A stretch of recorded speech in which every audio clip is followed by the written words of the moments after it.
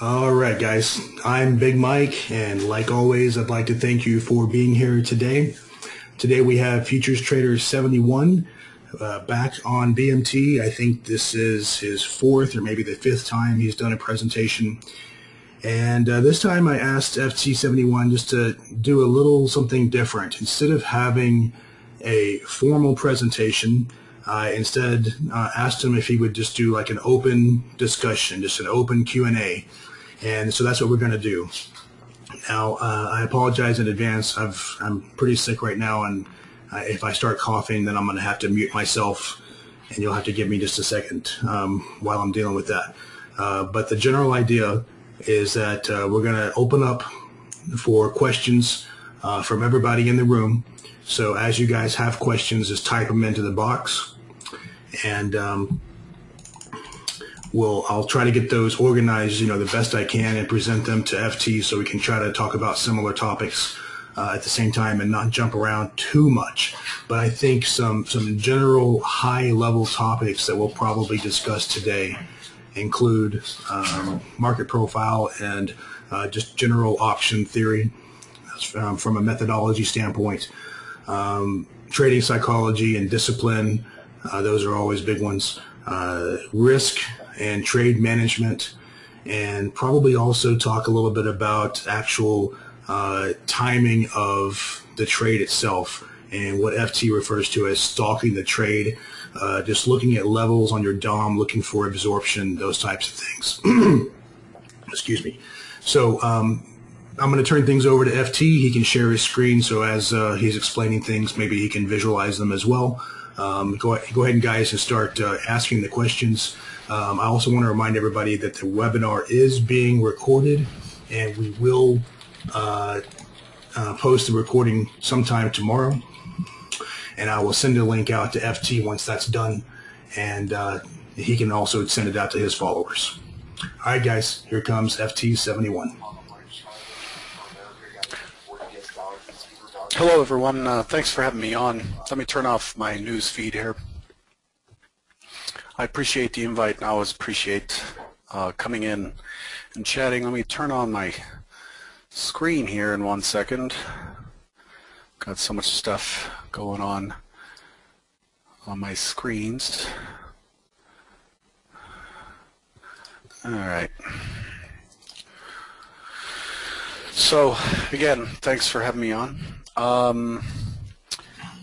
We can start wherever you like. I guess folks want to ask any question. Yeah. I want to start off by just making it clear that really, for those who don't know me, my background is in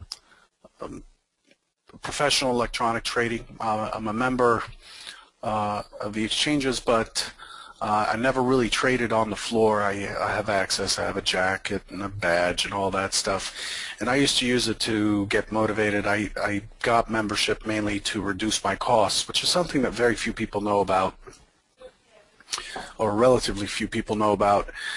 And my point of view is not that of an educator or someone who's going to try to sell you on some sort of a product, although I'm a partner in a brokerage and that is actually going through a rebranding transition. We're waiting for NFA approval, but we do have, I am, a registered broker and so forth now. My point of view really is of a prop trader and a prop shop owner.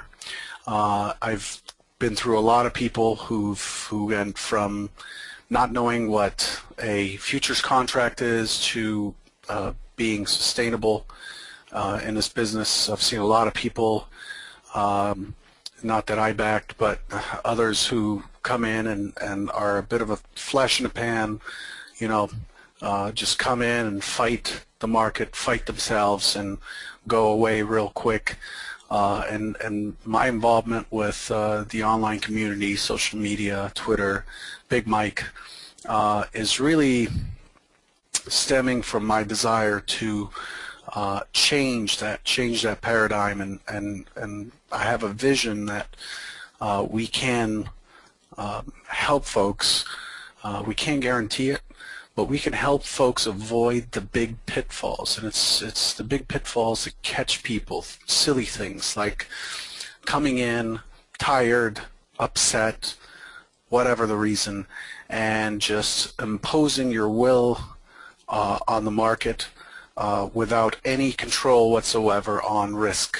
So the themes that you're going to hear a lot, although I can sit here and talk about market profile until I'm blue in the face, the themes that I'm going to hit on and that you're going to hear about a lot are leverage, which is directly tied to risk control, and personality, psychology, behavior modification, habit forming, habit destruction, things like that. These to me are the keys to making it, or just, again, being a flash in the pan type thing. I'm assuming that with the folks that are in here, and there's quite a few of you in here, I'm assuming that you're here not because you like to gamble, not because you're bored, not because you don't have anything better to do with your Thursday evening or afternoon, depending on where you are, or Friday morning for that matter.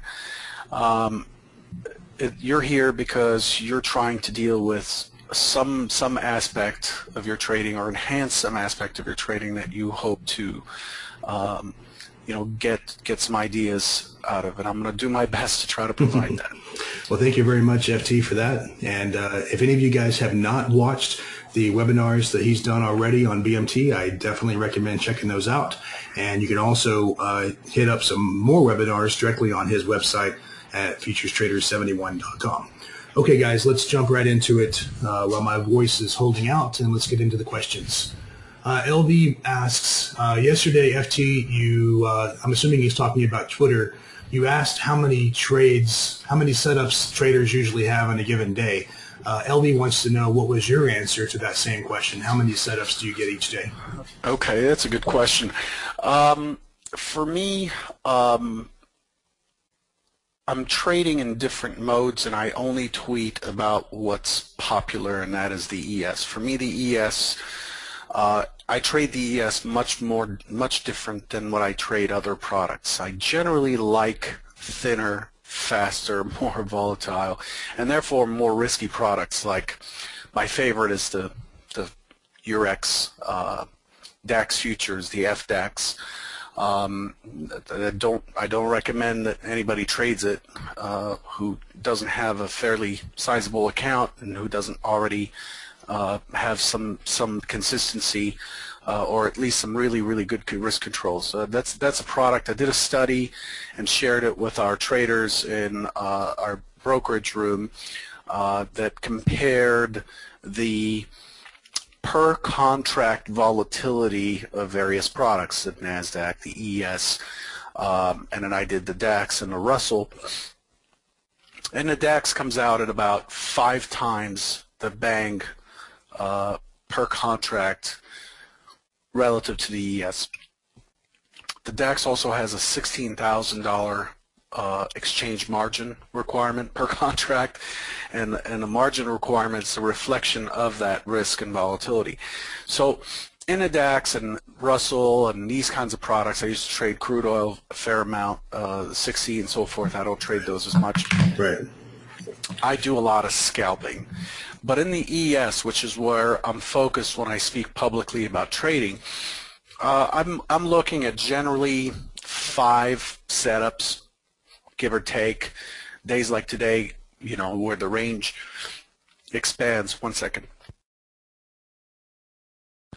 Where the range has expanded a little bit, I could generate probably something like 6 to 8 setups. And by setups, I don't mean, you know, it's trending up, I'm going to buy the next pullback. That's not a setup. Although you might trade that way, I don't consider that a setup. That's just a trade. A setup is when you have a statistical edge, something that I've run through, and for my purposes, I've run through Excel and have tested and think has some statistical edge. I'll give you one, for example. One that I've tweeted about, the overnight high and the low. By overnight, I mean anything after 4:15 Eastern all the way to 9:30 a.m. the next morning Eastern. That's what I consider overnight in the ES.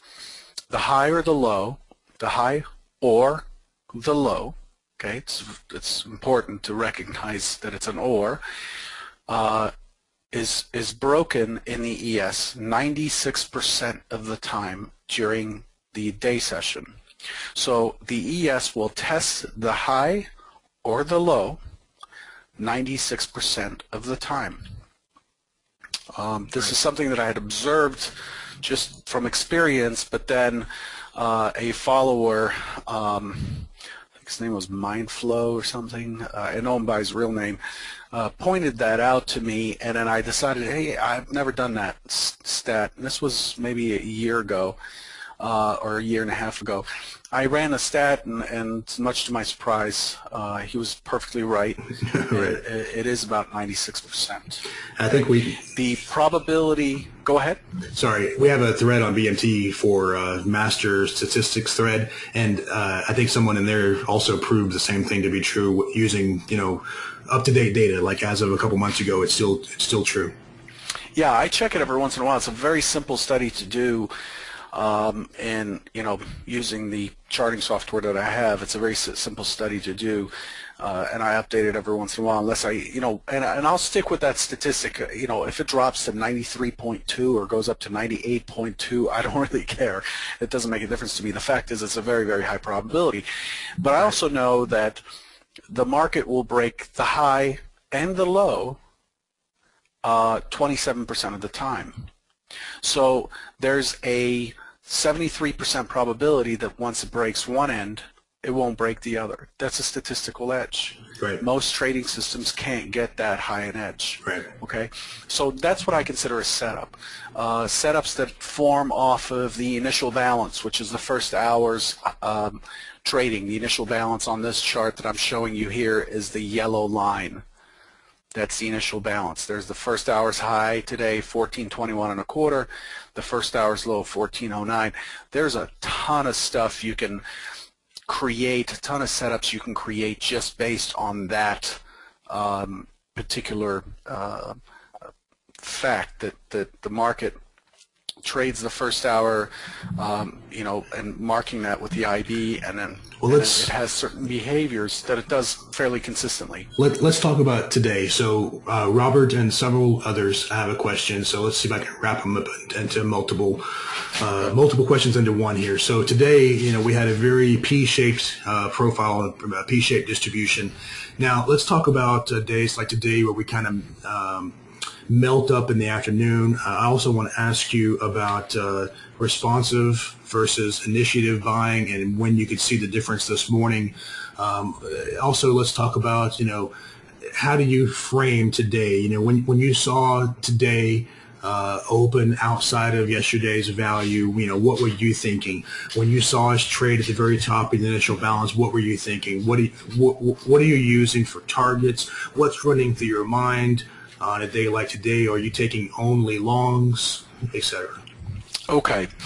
I'll preface that by saying that I did not actually trade today. And the reason I didn't trade today is because I'm setting up a new office. We're moving in about a week and a half.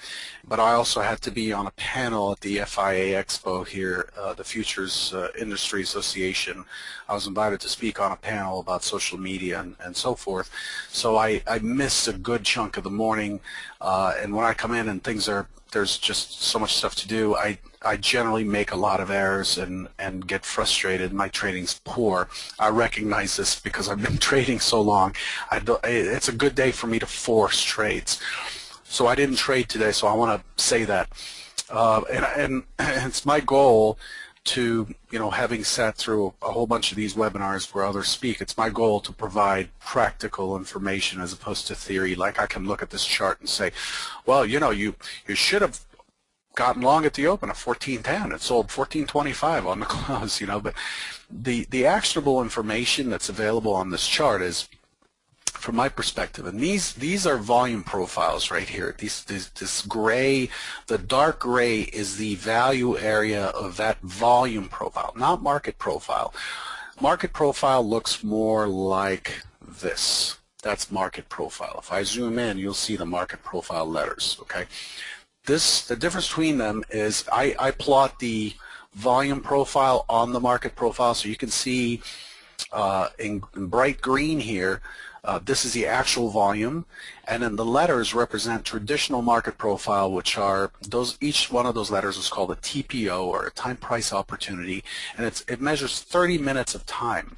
And I moved away from that back in 2005 when, having CQG for charting, I started to see that, look, I have this accurate data, I've got volume, the profile is often blunt, it's not telling me much, and today's an example of that. It's showing a pretty blunt set of TPOs here, the same number of TPOs, so it's traded this price range forever. Today, the same amount of time. What is that, 8-9 periods, it traded the same prices. But look at the volume. The volume speaks louder than time on a short-term basis. Now, if I was looking at a profile that's enormous, the volume blends in with time and it's not as important. So if you're a swing trader, if you're doing homework on a very, very big level, that's something else. So to answer Mike's question here, for me, coming in, opening out, is this a balanced day? It's not an ideal balanced day. An ideal balanced day looks like just a normal, a Gaussian curve, more like, hang on, let me try it. Let me turn off these zigzags. Boom. Okay, a normal day looks like this. So a clearer chart's is this chart here. This chart only shows me the volume profile. So a normal day kind of looks like this. It's more Gaussian. This is a Gaussian curve, or an evenly distributed balanced day. The value of that profile has a lot more impact than, say, this. This has no value. The market's saying loud and clear that I can't find a valuable price. I can't find a fair price. And therefore, I'm going to keep going down and going down and going down and going down. This is a trend day. It broke all the rules for a balanced day. It has a thin, choppy, toothy profile. It has a wider than quote-unquote normal or common range for the day. It closed near the low. The point of control, the volume point of control, followed the day down, although it stopped here at midday, so on and so forth. And that day does not have value. By definition, a trend day does not have value. The only reason the market trends is because it can't find value. So essentially they say, how about 1430? No, nobody wants 1430. How about 1429.75? How about 29.50, 29.25, 29? Come on, guys, 28.75. All right. How about if I pay, how about if I pay 25? How about if I pay 24.75? And as long as it cannot find buyers to step in and hold it there, and create a volume, like a lot of volume depth, it's not value, because participants are not coming in. Well, this is the basics. This is the basic thing about auction theory, okay? So again, I still haven't answered your question. Coming in today, it opens outside of the prior day's value, and the expectation always is to go into responsive mode, which means to trade towards value, to trade towards the most valuable price of the prior day. The most valuable price of the prior day is 1406. You can see it protruding pretty heavily here. All it did is it pushed lower on the open into the prior day's IB low. So yesterday's IB low is today's IB low, and it couldn't, and value was right there, and it couldn't push into value, and it started to turn up. And I think I tweeted early on, looking for 1428. I tweeted that yesterday. It didn't really go anywhere yesterday. It was surprisingly actionable yesterday. Expected the end of month, end of fiscal year to have at least 2 million contracts traded during the day session, and it just didn't get there. It just could not push lower. So the question becomes then, all right, if it can't push lower and it opens so close to value, where's the weak hand here? Are the buyers the weak hand, or are the sellers? If you're standing in a pit and all of a sudden it opens and everybody has their hands pointing towards the pit, in other words, they're selling, sell, sell, sell, and then that selling's being absorbed, right? There's a buyer in there, and they're absorbing all that selling, and all of a sudden all those sellers are standing there like with beads of sweat on their forehead as this thing pushes up. Guess what happens? They start to cover. The more important force, which is the third force, I cover that in webinar 3 on my website, starts to step in because it can see clearly that there's no action on the downside. And so if they start to step in, what's the next area to test? The next area to test is probably going to be yesterday's high. That's the most memorable price in recent history, 1450. Once it breaks through 1450, does it break it and fall back in and continue to trade? If it breaks it and falls back in and tries again and then falls back in, chances are responsive selling is going to come back in and it's going to drive it to 1406. And that's when I will tweet, caution longs, looking for 1406. It's very simple. The problem with trading, and I know Mike has a lot of guests that talk about technical indicators and such. The problem with trading is it's not the technical indicator. It's not the, green dot, red dot. It's not the, the awesome service you subscribe to or the awesome room you're a member of or whatever that's going to make the difference, in my opinion. It's the psychology. So even if I sat here and day after day you've watched me say, I'm getting short here, boom, hit the short, I'm scaling here and I'm exiting here, and you see it happen. One day you might decide, you know what, this guy knows what he's doing. I used to post my trades live in real time and on Twitter. I'm restricted on that now that I'm registered, but if one day you decide I'm going to follow those trades, you're still going to have the same problem because it's not your trade. It's not your style. It's the moment of truth is right when you put the trade on and you feel a little bit of heat. When I put the trade on and I feel a little bit of heat, I might add to it if I have conviction. I might have taken a half a unit or a quarter of a unit, and I'll add to it because I figure that, there may be some buyers here. Given the setup, there may be some buyers here. It's not done going up, and I'm getting short. I agree with you. Yeah, whereas others are puking out. They can't, they have a 4-tick stop, and oh my God, I can't take it. But if you do the homework, that's the problem though, is that no one. I don't want to turn this into a psychology webinar, and everyone, I'm sure, is tired of hearing me preach about psychology because I think it's so important. But, when I'm, as the administrator of the forum, I can see where everybody is spending time, what threads they're looking at. And I see these guys that have been members of the forum for 3 years, and, I always see them in the same threads. They're always in these vendor threads looking at indicators and signal service trading rooms, and always asking, hey, has anyone heard about this vendor? Has anyone heard about that vendor? And I'm telling you guys, I mean, you just, even if they're a fantastic vendor, which is a pretty big if, it's just, you need to really find conviction in your own method, right? That's what I believe. Anyway, I don't want to get too far off because there's a million questions, but I want to ask you specifically, FT, about today. So for the last 7 days, we've been in this 15-point range or so. We're making new highs right now in the ES. Roughly 1415 to 1400. And, I want to talk because I see people get run over on strong trend days, which today, it was fairly strong. A lot of the range happened overnight. But I see a lot of people get killed on this type of day. And if you go back and look at the last 7 days, you know, it was you could see like just a very, very slightly new high and then an immediate sell-off, right? You see this pattern. Or on the other end, you know, slightly new low and then here we come with a little rally.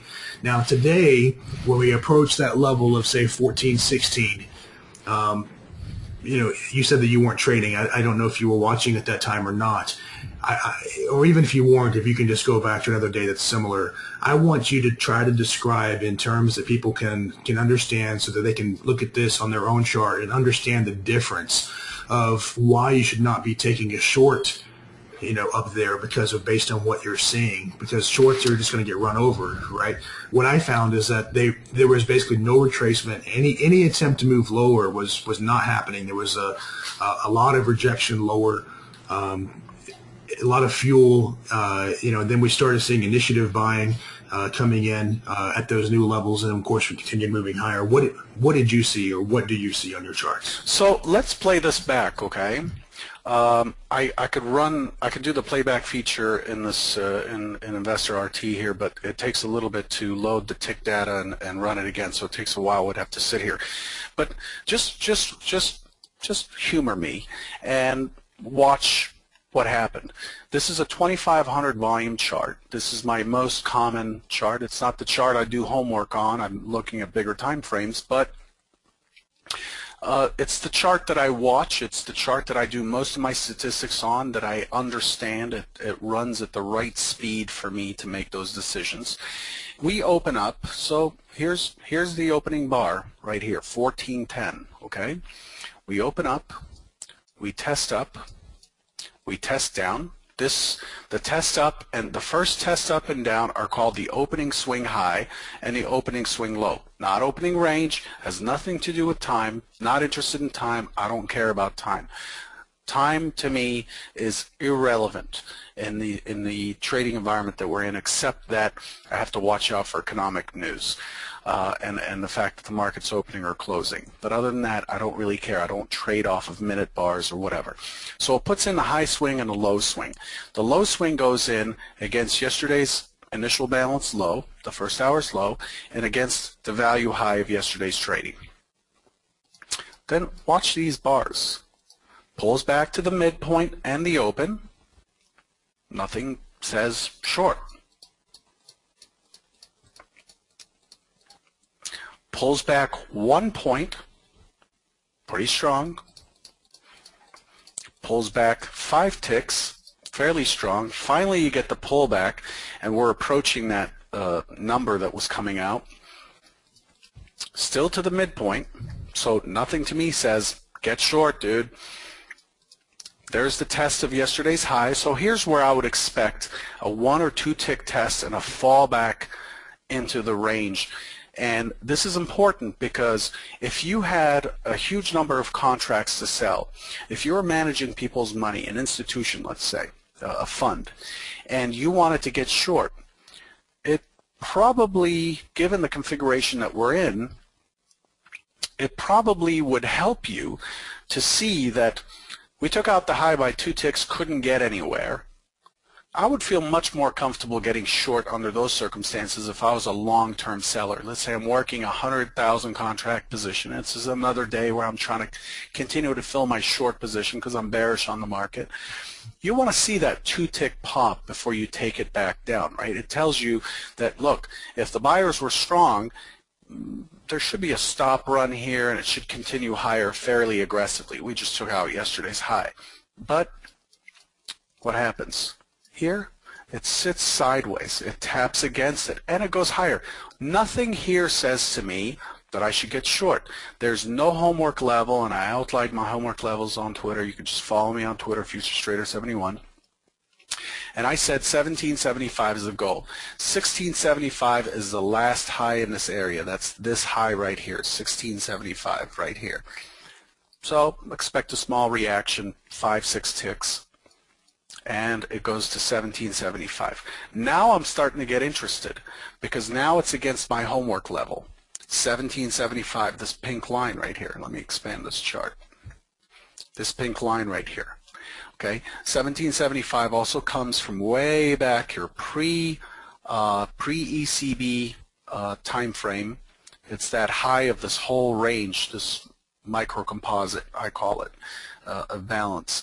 So I'm interested now. This is my first opportunity to explore a short, but I'm still not seeing signs, and this is what the tape's for and so forth. Still not seeing signs that this is going to be done.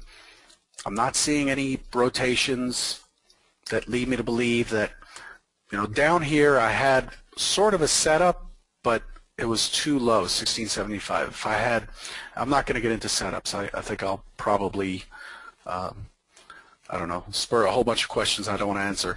But this is the first shot across the bow right here. All along, other than the midpoint test here before we took out the high, all along the best pullback we had was a point and a half, boom, 2 points. Okay, now it's got my interest. Okay, double top at the IB high, 82% probability. Double top at the IB high, 82% probability that that will be broken. That's homework. Okay, so now I know that that's a caveat. Hey, I want to get short here because it's against the level I'm interested in, but I've got this very high probability that it's going to get broken. Okay, boom, it breaks. So now forget about that. Now I'm looking at 2250, actually 2225, which is carried over from, which is a level from 1022. It's what's called an LVN. It's a low volume node. Sorry, you have to bear with me here. We're going back a few days. 1022. We got to go all the way back here. 1022. So that's this notch out here. This double top resistance for me, it's 225, 2225 right here. I marked it on my charts. You'll see it on my charts right here, LVN. Those are my homework levels right there. That's how I mark my homework. 1022 LVN. Now I'm interested. Now I'm interested. Okay, it broke. Where did we stop here? We stopped right when it broke higher. It's approaching that 2225. Now I'm interested again. There. Now I'm looking for a good sized push up. The IB is in. So this line will stop going up because 9:30 has already passed Chicago time, and now I'm looking for the quality of the move up. This is a fairly strong move up. I will take a chance on it. My stop will probably be somewhere between 6 and 8 ticks. Now let me ask you one thing that's relevant to this. So we always talk about the importance of waiting for the market to come to your level and et cetera. But now a lot of people have a very hard time. Let's say that the market, you know, already moved up at this point, what is it, 15, 18 points from the overnight low. A lot of people have a rule that says, you know, don't chase a trade. It's really hard sometimes for people to jump in on a long when you're buying the top of a range. Now, talk to me about that. So the reason I talked about the fact that I already set up the long here, if you remember, as I was running through these bars, I was saying I don't see the reason to be short.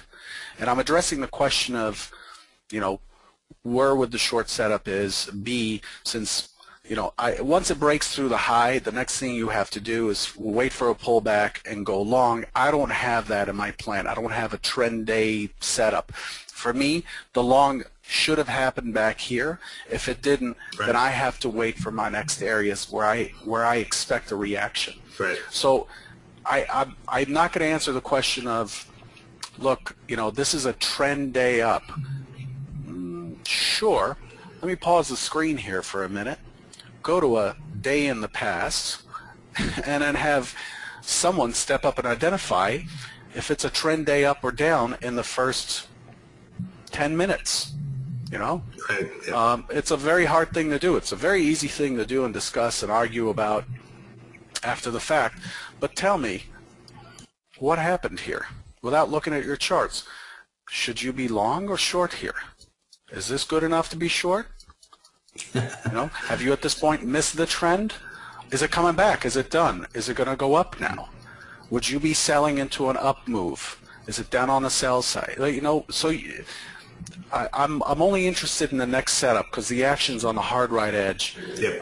And I, to be honest with you, I can sit here and come up with some answer for how you'd get long and catch this whole move up, but that's not my style of trading. Sure. My style of trading says trend days as defined by, you know, just like 6 factors, happen 18% of the time. It fluctuates between 17 and 18% of the time. Those are the days I don't do well on. I think that generally when people get crushed on a strong trending day, you know, today I think that it was actually not as bad because we went up in the open and then we just kind of went sideways. But on really strong trend days where we just keep pushing all day, people getting crushed, and what they're getting crushed from is taking shorts, you know, in this case. Correct. So even if you can't jump in long at the top of a range, which is not, you know, not necessarily a bad thing, you know, okay, at the very least, don't take shorts, right? Right, but here's the thing. I can make money and have made money going short on big up days.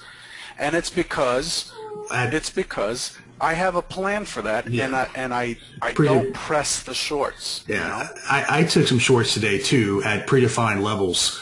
You know, going back to, I think it was the 1022 point of control. I took a short, like pretty much a few ticks from the day high that gained me, you know, several points. But typically, you know, you don't.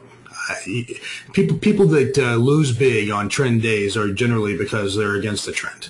So true, but you see. This could be a very long discussion because trend is an opinion. It's a lot like religion. You know, it's trend to you is not trend to me because I might be operating on 1-minute bars and you may be looking at 60-minute bars. Sure. The market will pay both ways. The market will cost you both ways. The question is, what do you have in place to protect you from when you're wrong? People, I'm looking at the risk screen for the brokerage right now, and I can see that actually, even though it's a trend day up, it's fairly balanced, except there are a couple of big doozies at the top who've lost a lot of money. And generally, it's due to the fact that they just do not have control on when they're wrong. The bottom line is this. The bottom line is you, nor I, nor the guy who has 15 quants in his office knows where the next bar is going to go. And the fact is, and I'm going to open a can of worms again, the next trade's outcome is unknown. It could be a winner, it could be a loser. So what factors can you control? You can control the duration of the trade, the speed of the trade. So I might be someone who sits there and has an oscillator or whatever that says, hey, catch a point here, catch a point here, catch a point here, catch a point here. And by the end of the day, I could make as many points per contract as the person who bought 1410 and held it till the end of the day. This is the beauty of the market. Oh, yeah. So I agree completely. Oh yeah, I agree. I'm just talking about, like, I saw some posts today where people lost their rear end today, and generally it's because they refuse to, they have a problem being wrong, right? So they either kept adding, or they kept moving their stop back, or they just were unwilling to accept that they were wrong, you know? Right, so, and the reason for that is because they got smart. They got smarter once the trade is on. And that's a big problem. Yeah. That's a big problem. They put the trade on, and I say it all the time in our chat room. I say it all the time to our traders. You are not smarter once you put the trade on. In other words, if I'm going in with a quarter unit or half a unit because I'm fading the trend, and I'm aware that I'm fading the trend. Why? Because we moved from yesterday's range and out and continue up. So any shorts I take are going to have a quick scale. I'm going to secure my risk, and then any runner that gets scratched at my theoretical average or my entry price. I am not going to get smarter just because I entered the trade. If my setup is take 3 contract or 600 contracts, it doesn't matter, and you're aiming for 1.5 points, you're risking 1.5 points, you're looking for a probability of around 65–70% on the setup, and I go and I say, you know what, this isn't moving fast. It's going against me, but it's not moving fast against me. Let me add another unit and turn it into a full unit instead of a half unit. That's garbage. That's a loss of discipline. You're violating your plan, and you think you got smarter because you're in the trade. The fact is, you don't get smarter once you trade, but everyone here thinks they do. Everyone believes that once they're in the trade, now they can make an objective executive decision on how to manage it. And really, you cannot, because there's so much stuff happening in your brain that prevents you from doing it, and it is almost the exact same stuff that makes people drive after having a few beers because they're feeling okay, you know. And the fact is, you're the last person to know whether or not you're able to drive. Only a breathalyzer will figure that out. But to the person themselves, they think, I know what I'm doing, you know, I'll be okay, I can walk, you know. I've learned over the years from very painful losses that I prefer to know exactly what conditions, if they were to occur, are going to cause me to get out of the trade, you know, or have a predefined target and stop, you know, and just take it for what it is and move to the next trade. Okay, I want to move on to some other questions because there's about 5 million of them. I'm going to jump around a little bit, so apologies. Ryan says, with Vanguard, your brokerage, there's no fee for ICE data like on the Russell or the dollar, and other brokers are charging for that data. That's news to me. I thought that ICE was always free for brokerage. It's only a fee whenever you're doing it on non-execution providers like DTN. They have to charge an exchange fee. What do you have to say on that? So the question is, we have it for free. Right. But he's saying, he says you have it for free and other brokers don't. I didn't realize other brokers didn't have it for free. I thought it was always free. Yeah, I cannot address that. Okay. Again, you know, my broker here, my partner Anthony, saying that is correct. That we don't charge a fee for the ICE data on our trading platform, but I would be the wrong person to ask why. My understanding is that if you're executing on a platform that executes, it's free. If you try to get it from like DTN, then they have to charge you. Yeah, and all data feeds have to charge you. You know, we get exchange waivers on the CME and so forth. We give our clients the exchange waiver to get the free real-time data, but ICE doesn't provide that, so we can't offer it. But your data provider is going to charge you for one way or another. They're going to charge you for that data. But it's best to write to client-services@vancar.com and get specifics. I don't want to step into something I don't fully know. I'm just a dumb old trader. All right, let's briefly talk about membership. I think the number is somewhere around 1,000 turns a month, and that's when it becomes cost advantageous to be a member. And there's different memberships for different exchanges. I'm assuming that's something that you guys can help if someone wants to contact you, and you can help them locate leases and such. For membership? Right. Yeah. One of the things that I envision for us doing for our clients, and we do it, is to, like today, part of what I did today is I downloaded this massive amount of data that shows our traders' trades, and then I put it through an analysis, and it's not because I'm trying to crack their system or whatever. I'm not interested in that. I put it through an analysis to see what their performance is as far as how much they're trading, what products they're trading, and so forth. And my goal in that analysis is very clear, and that is how is this client's pricing versus their activity? Are they at a point where they should be looking at an ECM membership, a lease membership, or even buy a seat? You're trading the Dow, let's say, full time, and for right now the exchange charges $3,000. That's it, $3,000 to buy a Dow seat, the item seat, which used to be $65,000 in 2007. You know, for that, you start to trade the Dow for, I think, 9.5 cents a side or something like that, plus, Yeah, it can be clearing and commissions. right. That $3,000 will be paid for Sure. in a few months. There's a $2,000 application fee for anything you do with the Right. exchange. But those are the types of things, those are the quote-unquote value adds that You can we definitely provide. pay for itself very fast. And I wanted to ask a personal question to take advantage of having you here, and I'm losing my voice, sorry.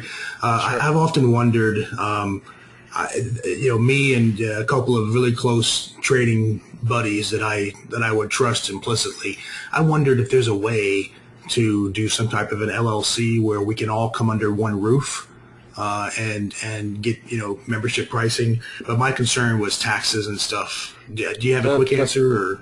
Yes, the quick answer is don't do it. The penalties for that can be up in the millions of dollars. Oh, really? Is it technically illegal? I didn't know. The reason is what you're trying to do is create what looks like a prop shop, but to do a prop shop, it means that the company is taking all of the risk. In other words, there's no risk capital from any of the participants, and the company's liable for those traders and cannot pay more than 80% of the net profits.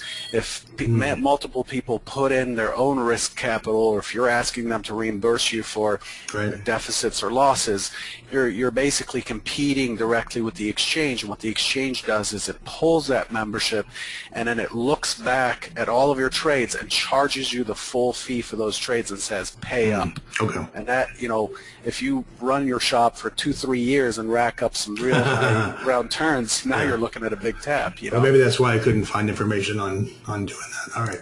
Yeah. Okay.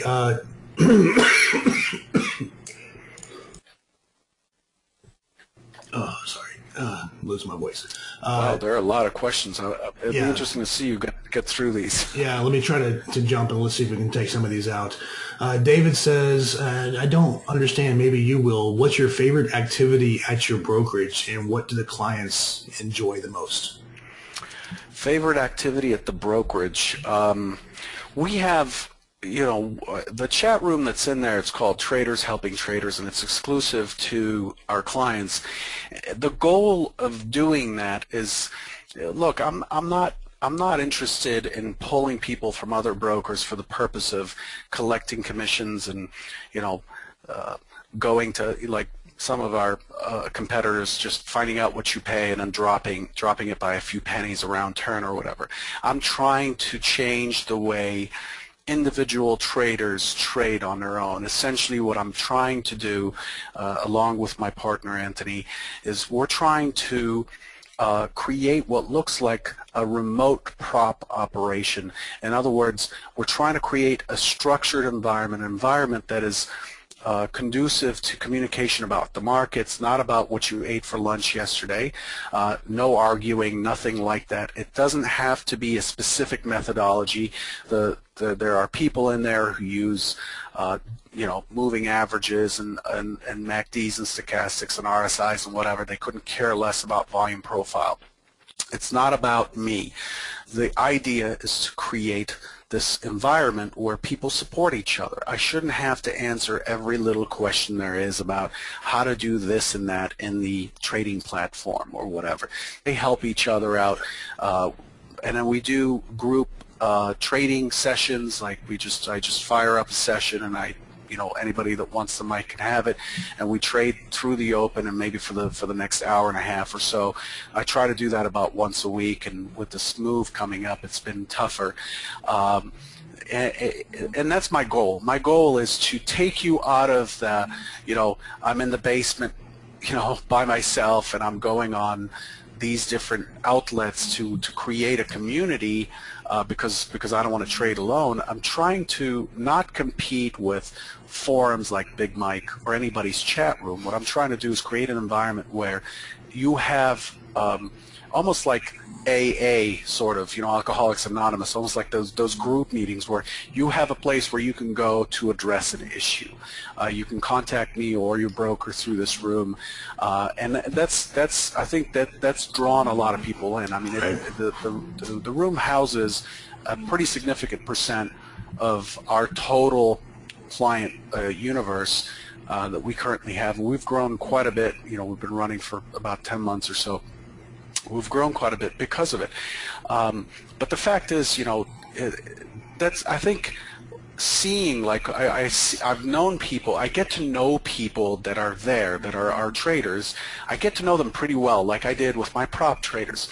Much more personal when they're face-to-face, but that is the best part, I think, for both sides, for myself, for the brokers here, and for the client. Like, I keep an eye on certain traders who I think really have it in them to push along. I can see their progress. I can, at any moment, pull down their trades, do a quick analysis, and see, like, this guy's getting a positive expectancy, or this one is not having a $2,000 blow up once a month. It's starting to sink in. It's starting the whole risk psychology part of this is starting to sink in, and I'm happy to see the results of it. And I think as one person makes it and they talk about it, others get excited, and it creates this new hope. And it's not a false hope, sure, like you would with some indicator or something that's being sold. It's real. Now, with that, there is no guarantee of success. There is a risk of trading. There is no, I'm just giving you an example, and I have to balance it with the fact that there are probably an equal number of people who struggle and may come and not find what they want and leave. We cannot guarantee your success, and that's not our job. Our job is not to make you successful. Our job is to create an environment that helps you in that sense. Whether or not you're successful, whether or not you make money at this, is really up to you. Here's one more Vanguard question from Mike Snyder, and then we'll move on. What was the hardest thing about starting your own trading firm? Not knowing what I was getting into. I mean, when I was trading for a prop firm, I had the intention right away to do it for myself under that prop firm, maybe a different office or whatever. So I learned the ins and outs of servers and connections to the exchange, and then I became one of the trainers at the prop firm in addition to trading. And the only reason I did is because I was able to make the turn and become successful and so forth. I think the hard part about prop is the fact that you are it. The buck stops with you. In other words, if there's a flash crash and your traders have an enormous position on, and something happens and you're out, huge money, that's money that's coming out of your pocket, your bank account. Yeah. And the other part is the market reflects personal psychology, and people are quirky. People have certain beliefs and certain attitudes that are very, very hard to change or adjust. And at the beginning, it seemed to me like, there were times where I was going, gosh, what am I doing? How am I going to change this person to start really looking at the market for what it is? And that is to become comfortable with the unknown. The biggest thing most people struggle with is the fact that you don't know what's going to happen, and you're staking your money to find out.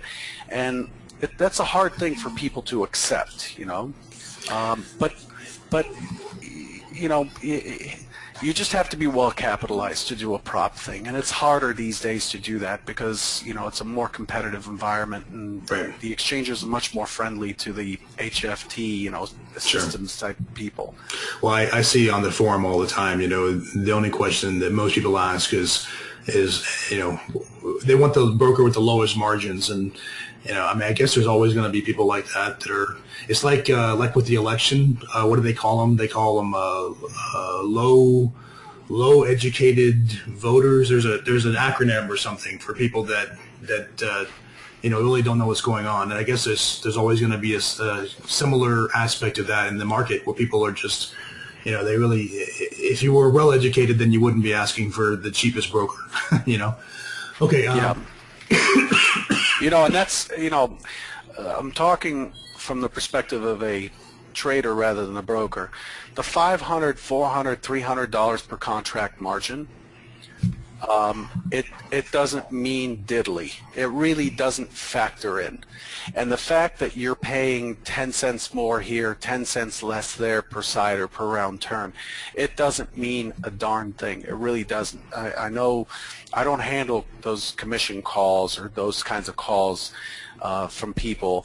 The brokers do, but I hear them having discussions about, look, can you cut me a deal for 5 cents here and 5 cents there? And then the guy comes in, and the first few days he's out $2,200, on one trade. To me, that's not what should be important. What should be important. But he saved 10 cents though. Yeah, but you saved 10 cents. So it costs you $2.50 less to lose the $2,200. But to me, it's like, as long as there's a stable platform, and as long as you have a community or an environment that helps you in whatever you're trying to do, I think that's much more valuable. All right, tons more questions. We'll see if we can get some of these knocked out. Michael says, I'm going to elaborate on this a little bit. Can you give us a breakdown, like roughly percentage-wise, of how many of your trades are scalps, how many are day trades, how many are swing trades, etc.? There are no swing trades at all. I don't hold anything overnight. I would have to be way green in a position and really have some serious conviction to hold anything and put up the margin for it. So no swing. Setups that I hold for anywhere from 15 minutes to, sometimes in the ES it's like in August 6 hours. I would say probably those are probably, from a volume perspective, they account for maybe 20% of my trading. The rest are getting in, banking my risk, in other words, funding the trade, securing my risk, and then letting something run, and it generally stalls out fairly quickly. These markets do not have the trending capacity like they used to. They will again soon, I believe. That's just my opinion. But for me, I consider that a scalp. It's not something that I hold all the way to the main target of the day. I'm just, on average, I'm looking for 2 points per contract in the ES. That's it. If I can take a trade and get 2 points average per contract on the ES, I've done my job, and I can do that at a fairly high percentage, and that's all I need. That's all I want. Do you find yourself changing directions often during the day, or are you typically with one direction?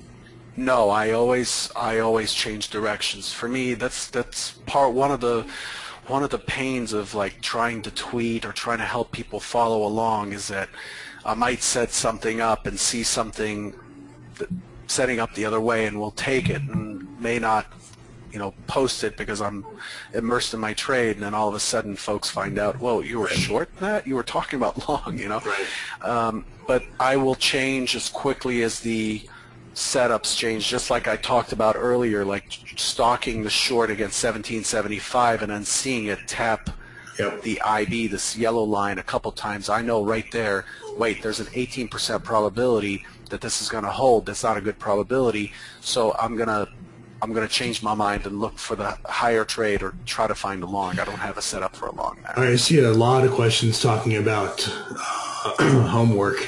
Okay, let's start with this one. Michael says, how can you incorporate statistics into trading? Why not just trade what you see in real time?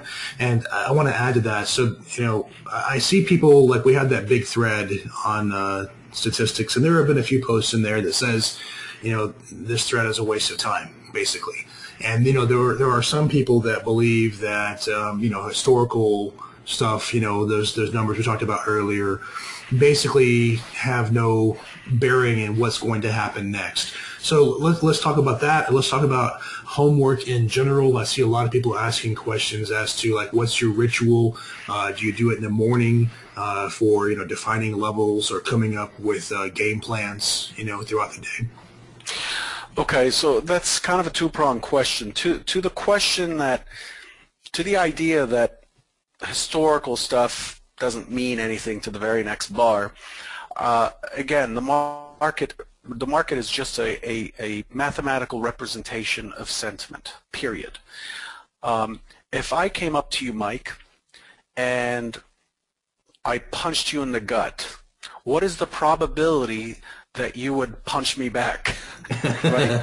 And I'm willing to bet that you'll probably punch me back, depending on, you're going to weigh like my size versus yours or whatever. Right. And you're either going to run or you're going to punch back, right?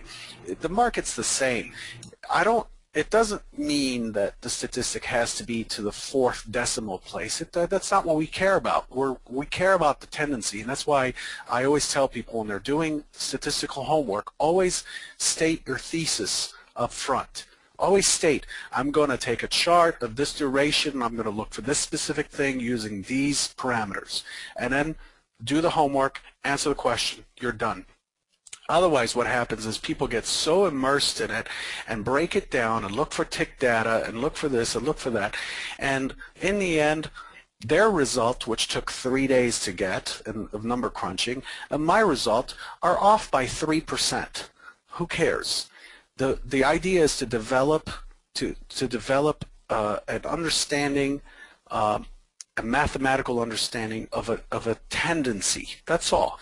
That's all. All I want to know is this a 50-50 coin toss type probability that this would happen, or is it more like 70-30, 60-40? That's all I want to know. And then I can size my trade or add other pieces of information, other pieces of context that help me push that percentage higher. Push it higher from 60 to 83.2 or 83.4. I don't really care. Just push it higher. Then I'm willing to bet on the unknown that in my favor over a long period of time or a large data set, that particular edge will show up. It may not show up in the next trade because it's a loss, and the one after it's a loss, and the one after it's a loss. But eventually, in a large data set, I should realize that edge. Homework. I have a webinar. I am not, I do homework. I post my hypotheses in the morning as much as I can on my Twitter feed, but I've been asked this question so much. I created webinar 4.1 on the website. Again, it's a token price to see what I'm talking about, but it's I just go through how I'm looking at things. It's very basic. The question I always try to keep in the forefront, and always gets lost in all these conversations about homework, is what is the context? What is the context? If I don't have a context, then my homework isn't worth anything and my statistics aren't worth anything. So the hardest part about homework is defining context. What is the market? And the way you define context is you answer some really simple questions. What has the market done? What is it trying to do? And how good of a job is it doing in getting there? And those are way back from the Pete Stadelmeyer years, but they are very, very true. And then there's a fourth question that comes off of the last question, and that is, what is more likely to happen from here? So given where we were, given the quality of how we're getting there, where we're trying to go, what's the more likely thing that's going to happen in the immediate future? And that sets up my trade. Right? And so that's what I'm looking for. That's why I don't use indicators. Like if you look at this chart, there's a VWAP, there's a midpoint, but pretty much everything is based on price or volume, and it's not a lagging indicator of any kind. I'm not interested in those. I'm looking to trade off of context, because the moment of truth is when I put the trade on, and I don't want to know that I'm not going to get short because my stochastic's at 92%. I get short and it stays at 92% even though this trade is ripping against me 6 more points, because the way the stochastic formula works, it can't move that much higher without huge moves. You know, it can continue to be at 92% and look overbought for a long period of time and 20 points later. So to me, you know, I used to use that stuff. I'm not speaking out of inexperience. To me, that doesn't help me. What I want to know is, what is it trying to do? Is it in balance? Is it out of balance? It changes the way I trade, whether or not the market's in balance or isn't. I hope that answers your question. Sure. So most of your homework is taking place like what, like an hour and a half before the open, something like that? I don't need, really, for normal homework, I don't need more than maybe a half hour at the most. Okay. And throughout the day, I'll do statistical studies. Like, I'm constantly doing and posting statistical studies to our traders and to the Twitter feed. Just updating, refreshing, catching anomalies, things that maybe can help me or others set up trades or set up their bias. You know? Right. Okay, I see multiple questions here talking about overnight. So let's talk about the overnight session and your reasons for building RTH profiles. Do you ever look at overnight profiles? Do you ever look at 24-hour profiles? What about overnight levels in general? Do they ever play a part in any of your thought process as to what will happen during the cash session, etc.? Okay, so I do take those into account. When I come in, I always look at the overnight session by itself. So I switch the session to overnight, okay? And I look at what happened there. What kind of a profile do I have? Is it a balanced profile? Is it an imbalanced profile? This software automatically posts for me the overnight POC right there, the overnight high, the overnight low. It automatically shows me where that is because I use that information. Other than that, I don't really use anything else. If there's a big fat distribution, let's see if there's a day like that. Most of the overnight sessions have been really choppy. For example, let's look at this day here, right here on the edge. See this day where the overnight session started here, traded, then popped up, and then traded, held this upper part. I make a note of that. That's important information to me. Okay, but this type of thing happens. But like for your RTH charts and profiles, all of your POCs and value areas or other levels of interest are primarily driven only from cash sessions. Is that right? Yes, that's correct. That's correct. And then the other stuff, like for example, this level, I will mark it here. I'll show you. I will mark it right here, and I'll name it. I'll say whatever that date was, 10/20 or whatever it was, overnight LVN zone. And it'll just sit there until it's tested or we do something with it. So that's what I marked just now right there. And I'll pay attention to it until it's tested during the RTH hours. Once it's tested during the RTH hours, I delete it. It's no longer important. And then I also look at the 24-hour session as well. I want to see what happened. And the software splits the profile for the 24-hour for the RTH from the overnight. I can merge them, but I prefer to see what happened when. So would you say that maybe the two most important figures out of the overnight data is simply the overnight high and low, since it plays a part statistically in the cash session? Yeah, and then and then the overnight VPOC, the overnight volume point of control, which is this price here, the most traded price overnight. Actually, it's this price here down here. Where we open versus it tells me, helps me, doesn't tell me, it helps me determine a little bit more which bias there is. So if I know that we're close to the overnight high as we approach the open and we've left the overnight point of control below us, then I'm going to look to buy anything. I'm going to look for an area or a setup to buy into any selling in that situation, because my bias is now for that statistic, the 96% statistic, to test the overnight high. It's tougher to go through the point of control, the overnight point of control, and go to the other side all the way down to the low if I'm already above it. In other words, it found balance overnight and it opened above it. To me, that's all. The buyers are coming in earlier and participating earlier. I want to be one of those. You know.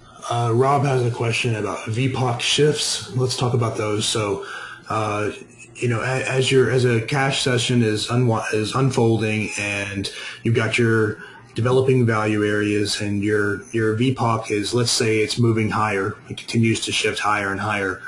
What does that tell you? What are you doing because of this? What's your mindset? A lot of people ask me that. It's to answer that question, you really have to understand the auction itself. But the question you have to, I'll answer that with a question just to be facetious. Why is it shifting? What causes the point of control? Again, the point of control is the price that is most traded during the session. That's what the point of control is. So this price here, the 1422.50, was the most traded price. So if I show the volume, you'll see that this price here traded over 100,000 contracts during the RTH session. What causes that to move? What causes that to move up? If the session is trending up and all of a sudden you have a VPOC shift to the very top of the session, you know, the VPOC was down here and all of a sudden it shoots up and it goes all the way up here. What is that saying? So instead of giving you the answer, well, own it. Why don't you consider why it's happening? And then you won't need me. Then you won't need my webinars and keep paying for things that I'm disseminating. I would prefer that. The reason the VPOC shifts to the high, and the only way it could shift to the high, is not because there are more sellers. There are never more sellers or more buyers. They're an equal number, because that's just for every seller there's a buyer. Yep. The reason is the sellers are more active. The sellers are becoming more active. So the only reason this VPOC would shift to the high of the day, for example, is because this price is being seen as too expensive. It's now advantageous for the sellers to step in and try to push back. If I wanted to get out, I'm going to offer that price. And if I see that an awful lot of people are sitting there trying to get filled, I'm going to hit the bid and therefore move that VPOC up. What does that mean? It doesn't automatically mean that it shuts off further buying. Because the answer to that comes next. What it means is, hey, this price was interesting enough to get a whole bunch of people to trade, whereas this price down here was not interesting at all. And that's what I'm interested in. So the VPOC shifts, and so the next thing I'm looking for is, okay, so now we're trapped in value. So before the VPOC shift, this value area was down somewhere wherever the VPOC was. Now price is trapped in value. So the first consideration I have is the trend may be over, maybe over. 2, this is likely to get choppy because we're in the most traded price of the day. Okay, and you can't consider this in the first 10 minutes of trading because it doesn't count, because you know, the VPOC is going to be bouncing all over the place. In fact, I can have it draw a line to show where that VPOC movement is. You can see this white line here. That's where the VPOC goes, and it ended up here. So as the day begins, this VPOC's moving quite a bit. You know, you can see it. It started there, came down, went back up, then it bounced up here, then it bounced up here, then it bounced up here, and so on and so forth. The VPOC's not that important to me until the IB's in, until the first hour's in. Then I start to look at, okay, where are they settling down? The first hour of business is done. Where are they settling down? Right. If the VPOC shifts up and then we start to push higher and then we start to accelerate, because remember, a lot of sellers stepped in, and I don't know if you've ever looked at the statistics, but the open interest in the ES is a certain number. We trade a multiple of that number, which means that the open interest, those people who are holding overnight, are a certain number. I haven't looked at it in a while. The daily volume is a multiple of that number, which says that probably more than 60–70% of the volume that's going through is day type volume, is local volume, or day traders. So it's short-term volume. If the VPOC shifted up, it means a lot of sellers came in order to form this volume profile.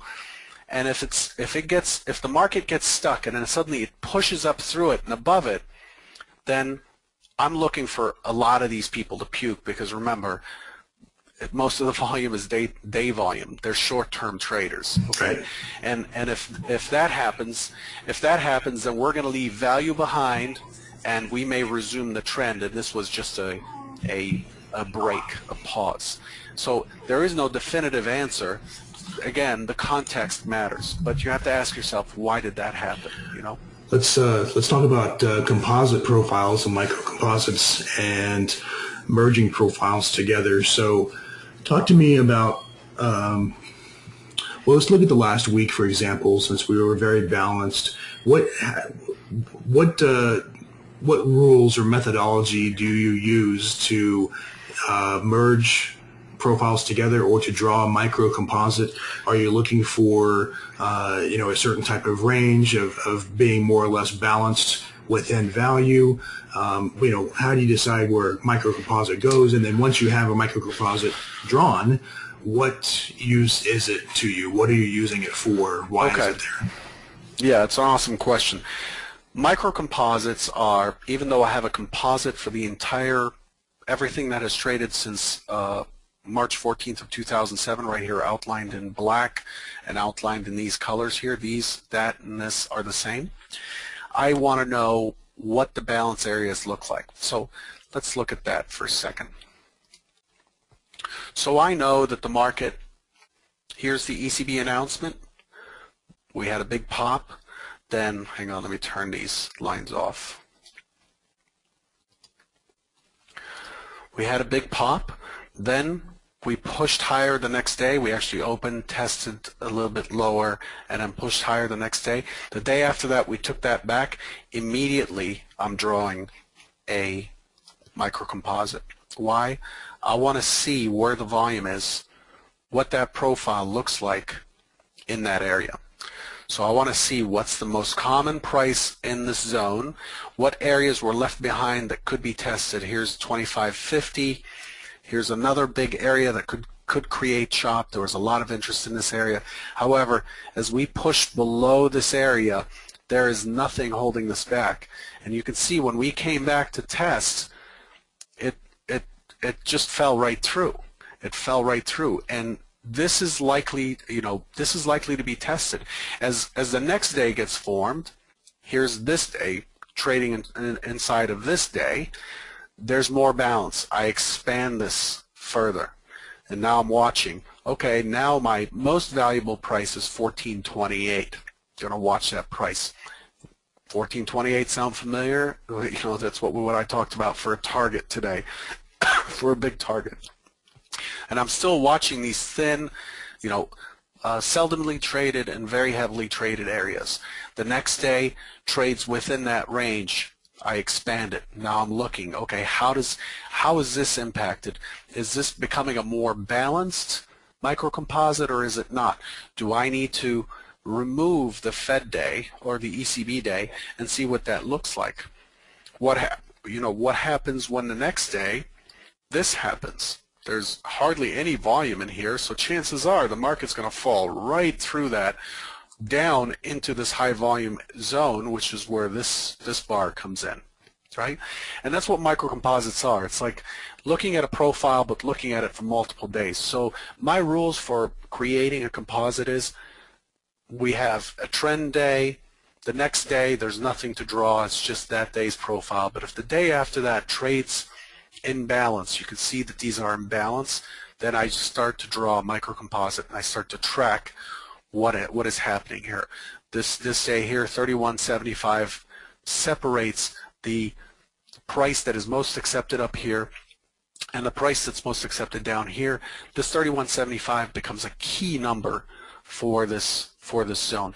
Those types of things. The next day trades within that balance but shoots down a little bit. I expand it and I look at, oh, now we have a distribution at 31.75 with a neckline at 31.75, but we have another neckline at 24.75. So the next day I want to see what kind of a reaction happened at 24.75. And if I pulled up the daily profile for this, you'll see that there's the first time it's probable that the first time it moved into that area, there was a reaction.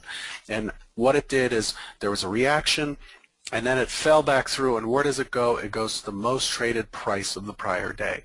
And that's what microcomposites are for. It's the same thing. And then if it's a completely balanced profile, then I turn on the value area. Then I go in here and say, give me the 70% value area, and it shows me what the value area is. Like for this one here, this is a very balanced profile. So I turn on the value area, and if you look back at my tweets from a couple of days ago, I said, if we open up higher, it was this day here, if we open up higher, then I'm going to look for a test of 11. If 11 holds, then I'm going to look for 1675, 1775, and ultimately 28. If not, then I'm looking for 1407. Those tweets are out there. You can go check them. And that's how I use microcomposites. It gives me the big picture, and it gives me context. All right, let's change gears just a little bit. You and I had talked about this in an email, I think, and someone reminded me, Michael reminded me, let's talk about back-adjusted versus continuous contracts and why you would use one versus another, what the differences are between them as far as support and resistance, and as well as true actual levels. And I want to throw in there, I want to ask you, do you plot a SPX cash chart at all? No, I don't. That's the reason I plot an equalized adjusted contract. And by that I mean, if you don't have equalized data, and I have to give props to DTN IQ Feed back in 2009 when I was distributing to my followers on Twitter. Every rollover I would distribute my bars, my 1 minute data to them so they can have an equalized chart, and they took the initiative and actually put all their resources into creating that same chart automatically. And so I really appreciated that. They didn't have to do that, but the reason we do equalize is because if you didn't, then without getting into the details of premium and how futures work and what is a futures contract and all that, essentially by the time the December contract, which we're currently trading, by the time it expires the third Friday of December, the price of the futures contract is going to equal the SPX. It's going to be one and the same. But during rollover, that is the longest amount of time away from that expiration, and it is the largest difference between the futures and the cash. Why? Because the futures take into account interest rates until that expiration and dividends paid before that expiration.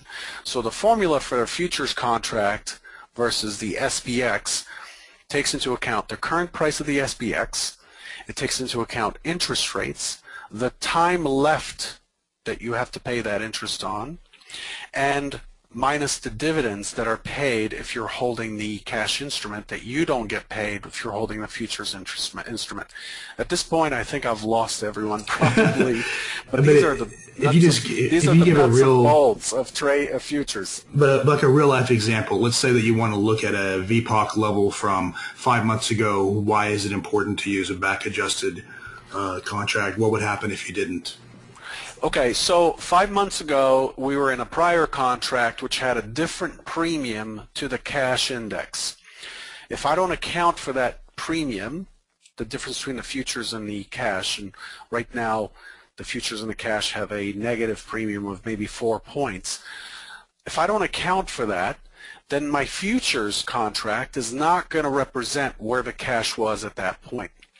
And so I have to equalize it. And so if I'm looking at levels on this chart that go back to March of 2007.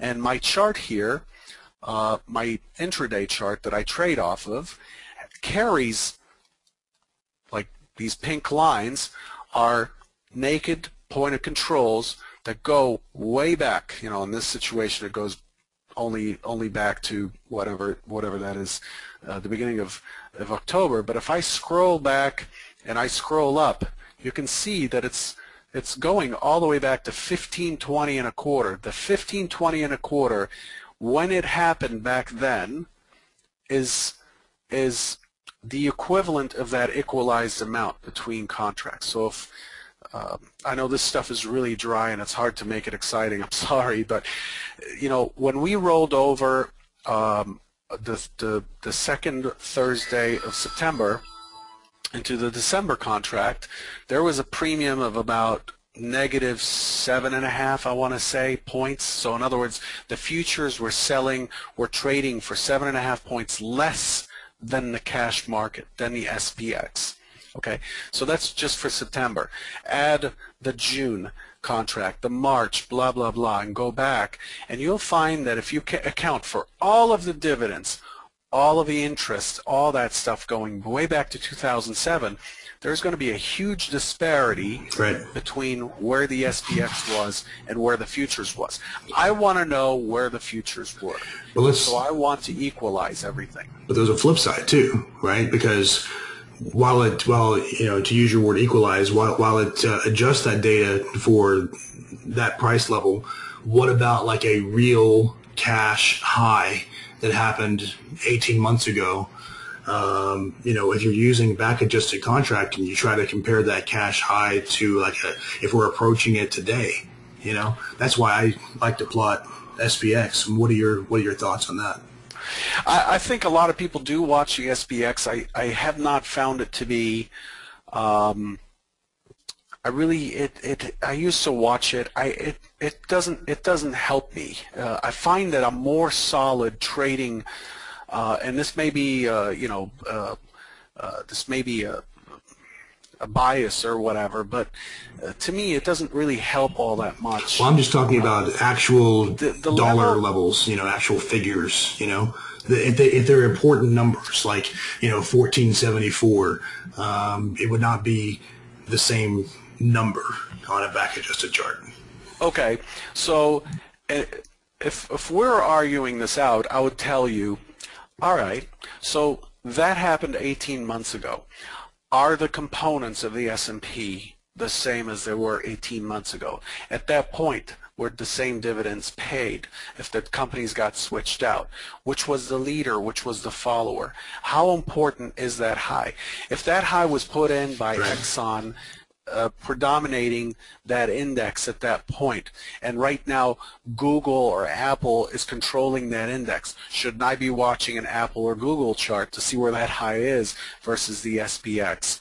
It gets to me, the bottom line is, I try to keep it simple, and I want to equalize because I want to know where the actual futures contract, which is the product that I'm trading, where it was in those terms. I don't want to, because if I didn't equalize, I'm going to have highs and lows that represent nothing at all. Right. They will not represent in today's terms even where the SPX is back then. Sure. So as much as it's inaccurate, and I would agree with you, it's much better than coming in one day on a Thursday and all of a sudden your chart has a 7-point gap that never really happened. When I equalize charts, it actually moves the prior data so that it's in line with today's trading. If I don't, I'll have a gap, and it'll show up as a gap on my chart. Did the gap happen? No, we just rolled over. So which is better? For me, because I'm trading the futures, I don't really I want that equal. I want my data to be continuous, equalized. I want my profiles to represent that. Again, it's more of like, do you use a stochastic that's a 21-14-4, or do you use a stochastic that's a 14-14-3? It's just whatever works for you. And for me, understanding the nitty-gritty of how the index was created, because I used to create this thing called the fast cash and create my own cash index and premium and watch it. I know that it's a really slippery slope as far as accuracy when you go back in time. So I'm trying to represent it with volume information that's approximating the price of where it actually was in today's terms. Right.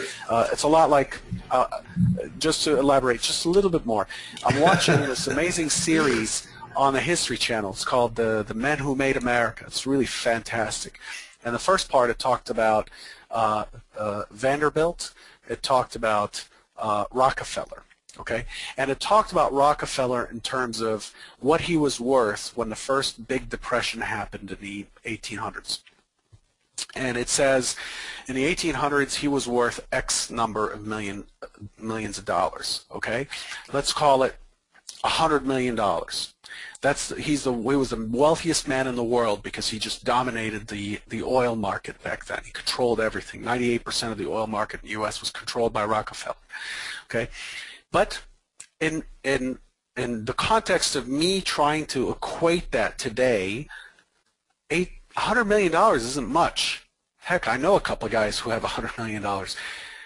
Not until they say that is worth $288 billion in today's terms, now I've got something that I can go off of. This is the same. It's the same analogy. I'm trying to represent old price in terms of today's time.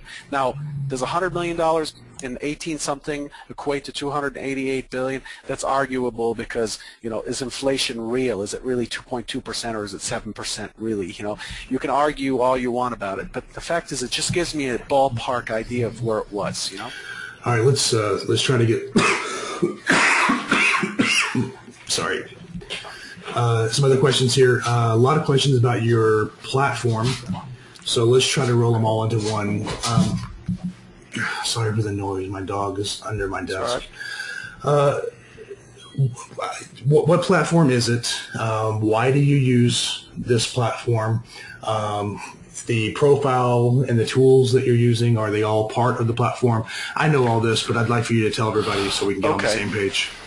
So the chart that you're seeing now is by InvestorRT. It's called InvestorRT by Linsoft.com. Linsoft is made up of two guys who are just really fantastic, who've spent their entire career building something that's usable. Why do I use it? I use it because it pulls in as much tick data as I want or as little as I want. I'm able to make it do all kinds of crazy stuff. It has somewhat of a learning curve, but so does a PC when you first sit in front of one. It's the best place to get information on it. I'm going to pull up a browser because I just don't want to give the best place to look at it is to go to vancar.com, vancartrading.com, go to trading platforms, down to InvestorRT, and then it gives you all the stuff about it. You can go and sign up for a demo and so forth. That's what I use for charting. I feed it with DTN IQ feed. Why? Because it is much superior in my experience to eSignal and pretty much any other data feed out there. I feed it with IQ feed, and that gives me a ton of historical data and gives me real-time data that is adjusted. They have 12 technicians that sit there and sift through the data to take out anything, bad ticks or whatever for thinner products. They're very, very good at what they do. I grew up on CQG. I paid $850 a month for CQG for about 12 people for about 8 years, but I believe in this. I believe more in this. So that takes care of my charting. I run it on a separate machine, and then my trading platform is what's called the VK Trader. Also on Vancar's site, it's right here, trading platforms, and this is the OEC Trader platform, and and I have a great relationship with them. They've made a ton of changes, improvements to it. Once I switched to it, I used to trade on XTrader Pro at $1,850 a month, and then I moved to CTS T4, and then once I started using this, it's free, it's included, and to me it was just as good in many aspects. Not only that, but this trading platform can feed your IRT charts or multi-charts or a whole host of other third-party products. So that's what I use. The trading platform itself has charts, but I don't use them. They're very rudimentary. The feed, though, from that chart platform is very steady. And so just a few things that I'll add. Chad at Lensoft or Investor RT is a fantastic guy. It's a great platform, but if you already own a lifetime license of NinjaTrader or et cetera, generally speaking, you can get profile on other platforms too. But if you're going to try to, really mimic what FT is doing, then there's probably a lot of things that you're going to want Investor RT for, because otherwise you'll be spending a lot of time trying to reinvent the wheel when he's already got it in Investor RT. The definitions on here are also very easy to pass on. Like, for example, the reason I show you that page is if you go to the Investor RT page on our website, at the bottom of it, if you wanted to grab the same chart you're looking at here, this chart, all you'd have to do is go into that and then just click on ES Intraday. It gives you this stuff here. You can copy and paste it into Investor RT and you would have the exact same chart. It just makes it easy for me to just help people transition into something else. Right. But if you are just wanting basics of profile, then you can get that with some other platforms. Sorry about my voice. Real quick comment. Back in July, Gain Capital bought OpenECry, and I was really amazed. It was only 12 million. I'm like, man, yeah, you should go buy them. I mean, that's not much. It really kind of surprised me, Anyway, it's just kind of a side comment. The money is not in the purchase of the firm. The money is in the number of clients they have and in the incremental profits that it can make. And it's a battered industry. I mean, that's the reason why we're doing what we're doing. After MF Global, after PFG, we really want to shine a light on futures and say, look, you can go to trade stocks and put up $25,000 and avoid the day trader rule and all that stuff, but futures are much more, in my opinion, futures are just much more equitable. Everybody trades the same thing. There's no rumor on some drug that's being approved by the FDA or whatever. You don't get gap through your stop, all that. It's just, for me, and I used to scalp equities heavily. Once I moved to futures, it's more competitive, but there's so much more you can do with it. And the leverage could work against you, but it could also hurt you. But so you just have to have a plan for it. Yeah, I was just kind of surprised. I'm looking at the old press release. They had $100 million in customer assets and 7,800 open customer accounts, and I was just kind of surprised. I thought 12 million. I mean, I know the industry is battered and everything, but they got a really good platform, as you said, and all those customers, and they have a good name and a good rating. It just kind of surprised me. Anyway, moving on. Derek wants to know how much weight you put behind the opening swing high and opening swing low. What is the significance of those levels? What happens if one of those levels is broken? How does it change your mindset? Okay, why do I even have them? The opening swing high and low are simply measuring. It's a way of trying to measure the market on open orders. Those people who want to execute the trade at the open, I don't care at what price. So we want to see, that's the immediate force that's operating in the market. So I outline that in my 2500 volume chart, and I highlight it with these dashed lines here. To me, it's my very first measure of what kind of forces are in play. So if again, I'd refer you to the videos because it's just too much to talk about. I want to define what kind of an opening it is. Is it an aggressive one-way open? Is it a two-way open? Is it a two-way open outside of the range and outside of value? The most important part about the opening swing is when it happens in a gap. The open out of range, the open auction out of range, if this had happened way up here, I have a setup that trades off of these two levels. It's just a measurement of the first set of trades that went off and pushed price up and the first set of trades that went off and pushed price down. As soon as that happens, whether it takes 15 seconds or 8 minutes, I outline those because those are real important benchmarks, just like the opening range is for some people. But opening range uses time. I'm not interested in time. And you would see it in the pit. If you were standing in the pit next to me and I showed you that Deutsche Bank came in and just bought, and then the trades were done, and he puts his hands down, and it's over, and then all of a sudden Morgan comes in, sells, then puts their hands, pulls their hands in, and they're done. That tells me that those are market on open trades, and generally they create an outline that is of levels that are tested again later in the session. We had a trend day today, so they didn't. But I'll give you an example. Let's say we had this 1375 double top, and then the midpoint didn't hold. Midpoints for me are very important. The midpoint didn't hold, and it taps into this 1411 OS high, pushes up, and then falls into the opening swing, falls inside of this boundary. There's a 78% probability that it'll test the other side. So to me, that's important to know. And that's just one use of it. So it's based purely on prices and the actual auction as it takes place, and that's what they're for. It's also the best way for me to catch a gap. The market gaps, it tests higher and then it breaks through the OS low. That's probably the only breakout setup that I have. I'm not saying everybody should take it and that it is a setup. Do your own homework and know the stat behind that setup. I see just a few more Vancar questions. Let's see if we can cram them into one. It's turning into a Vancar session.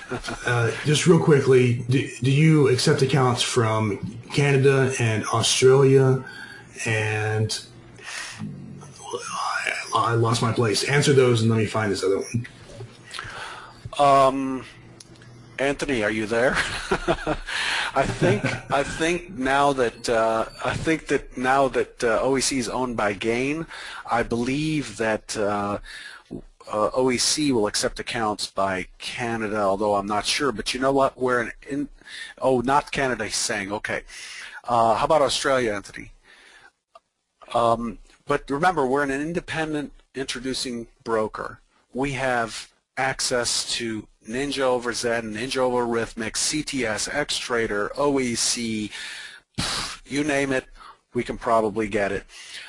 So if one outlet doesn't have it or can't support it or you can't do it, then we have other solutions. We have other clearing firms that will accept pretty much everybody except maybe Pakistan, Syria, and Libya or something, So let's do this. Australia's okay. I think Australia's okay. How about an email address for anyone that has questions about Vancar? What's the best way to get in contact? The best way is to just go to vancar.com and hit contact us. That is the best way. Let us know if you're a client or not. Ask us the question. Obviously, call the number. If you have to have an email address, it's client-services@vancar.com. Okay, let's turn to some other questions. Here's a little bit more personal one. I don't know if you want to answer this or not, but tell us a story. What's your worst day and how bad was it? How much money, and then how would you put that in terms? How would you compare it to your best to your best day? Sorry, my voice is almost. I don't want to get into that, but let's just say my worst day. My worst day was another instance where I just got stubborn and I lost, I don't remember the exact number, maybe $57,000 in about a few minutes in the DAX. Versus my best day that's still okay, but I hardly ever lose that much money. And that was, I don't remember when that was, maybe in 05, 06, something like that. But generally I have 2 days a month that are where I'm down pretty bad and I can't make it back.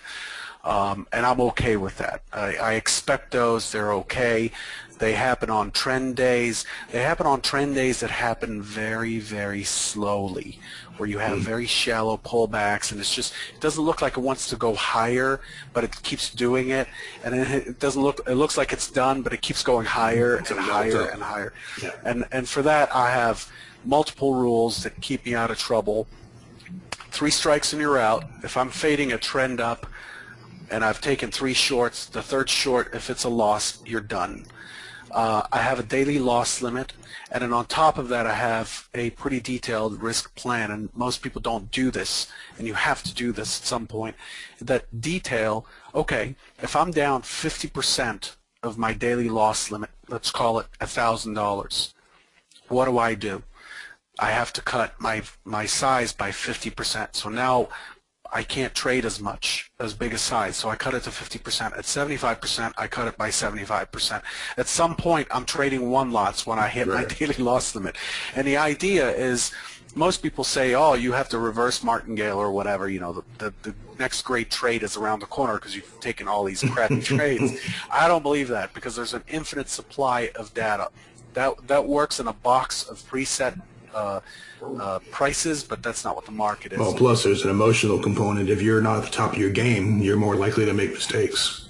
Exactly. So my goal is to cut back my size to the point where to keep myself in the game, and it's a lot like surfing. I want to keep paddling and to wait for that stream of trades that now get me in the flow. Not get me green, just get me in the flow. If I can take 3-4 setups that are decent, get my targets, then I can quickly raise my size to 50% of a normal unit, and then I have a chance to make it back.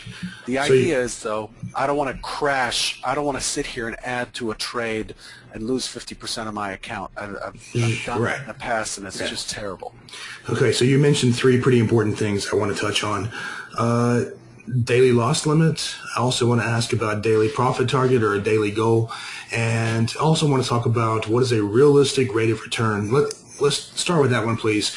There's been some discussion on the forum lately, and I know that it varies so widely because, you know, if you've been a successful trader for 10 years, then obviously it's going to be very different. You know, maybe you have more or less the minimum amount of money necessary to trade in your account. But let's say that you're someone that's just barely starting to turn that corner of being consistently profitable. What is a realistic expectation on a rate of return? You know, because I see it, it's all over the place. Some people tell me they need to do, 5,000% a year, and some people are saying, 5% a month. I mean, what do you think? I cannot answer that question, unfortunately, for compliance purposes without getting into hypotheticals and past performance, and I have to throw a disclaimer on the screen and be able to substantiate my answer, and I just don't want to get into that mess. Can I ask it a different way? Do you think that most people have completely wrong expectations? And I mean, I think the answer is contingent on your environment. What are you doing with the leverage that you have, and what kind of environment are you in? Are you just kind of trading on feel, much like you would gamble on, white or black or snake eyes or whatever? Or are you basing your setups out of complete patience, leverage that's well used, in other words, not $500 margins, and are looking for base hits and consistency? Right. I'll say this. for my prop traders, the goal was 80% return on margin per month. So Wow. on Okay. $25,000 a margin or $50,000 a margin, I'm looking for $40,000 per month. Right. That's after costs, okay? And that was scalping. That's not fair. It's not fair to say that that's what you should expect, because that is an environment like I'm trying to create through the brokerage, where it's structured. Somebody's watching your risk on a best effort basis or whatever, and you're just not flinging stuff at the wall and hoping something sticks because you're in trouble, or you have to make money because you're running out of time, or your wife's giving you trouble or whatever. It can't be that environment. It's under, good conditions, disciplined conditions. The issue is, again, psychology. Even if I gave you a book full of setups for every condition, if your psychology is not in the right spot, if your mind is not in the right spot, you might be the greatest and foremost expert on the market, and you might see others make 200% a month or lose 200% a month, but you're not able to perform the same way because you don't have the right beliefs or the proper beliefs about the market. The fact is, the outcome of the next trade is unknown. Let's turn to the daily stop and the daily goal. What are your thoughts on this? I think that most people agree you got to have a daily stop, but let's talk about the daily goal. Some people say, hey, if you have an edge, why are you stopping? Other people say, well, the more that you trade, the further into the day, the more likely you're going to be mentally exhausted and you start making mistakes. And, there's that old saying that you make it in the morning and you give it back in the afternoon. What do you think? Right. So it's different for everybody. If let's say you came to me, Mike, and you said, man, I've had my skull cracked by this market over the last month. I don't know what to do. I'm losing my mind. And what should I do here? I would say, all right, cut, if you have a scaling strategy, cut to 2 or 3 contracts, maybe 2, and look to secure your risk. Look to secure your risk, and just go for base hits. Just look for, a 1.5 of risk for a 2-point target or a 1.5 target, and be patient with your setups, and try to build a positive, what's called emotional capital, like positive psychology, by quitting once you've made, say, 6 points on a day, 4 points on a day, whatever it is. It's almost like a high-end athlete who just tore a ligament. You can't get out there and just run right after surgery. So, exercise a little bit. You're going through physical therapy type of thing. Targets make sense. Otherwise, if you're someone who feels like, if you continue to trade, then chances are what you make in the morning, you lose in the day.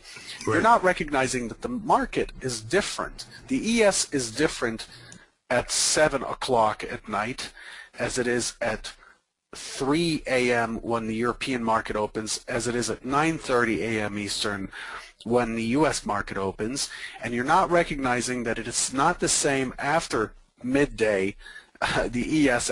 So it's got different personalities, and your edge is showing up in a particular market. For me, unless something really, really cool sets up, between 11 and 11 Central or midday Eastern to about 3 o'clock, I'm fairly picky. I'll scalp other markets. Right. I'll look for ticks here and there. I don't suggest that.